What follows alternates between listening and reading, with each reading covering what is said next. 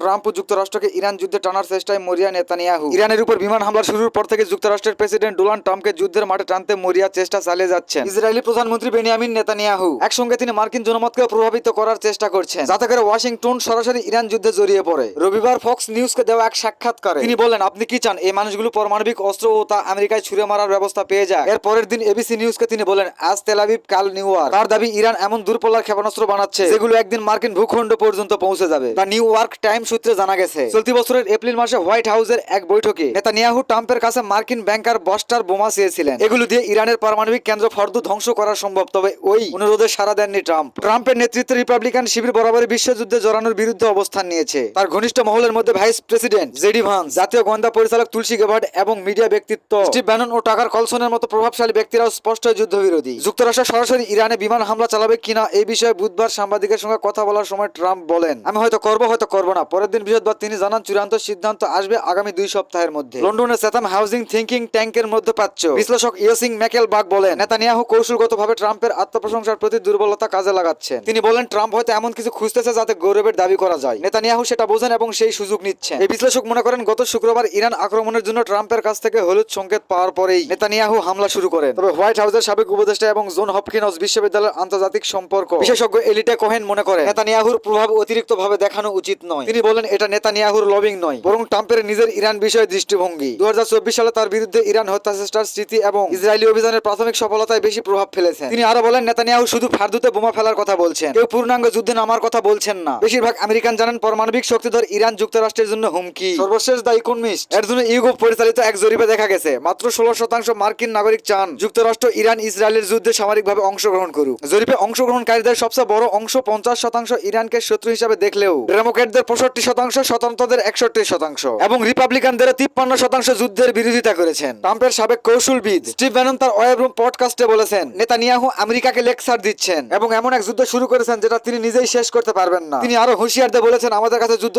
শেষ করার দাবি করবেন না। বাট কথা ওইটা না, এরকম বিভিন্ন নিউজ পেতে চ্যানেলটা রেখে দিও সাবস্ক্রাইব করে। আরো হ্যাঁ, বলতে ভুলে গেছি তো, যুক্তরাষ্ট্র কি ইরানের উপর প্রকাশ্যে হামলা চালানোর মতন ক্ষমতা রাখে? সেইটা জানিয়ে দিও কমেন্ট বক্সে। আজকের মতন এখানে বিদায়, কথা হবে আবার কোন একটা নেক্সট ইম্পর্টেন্ট নিউজ নিয়ে।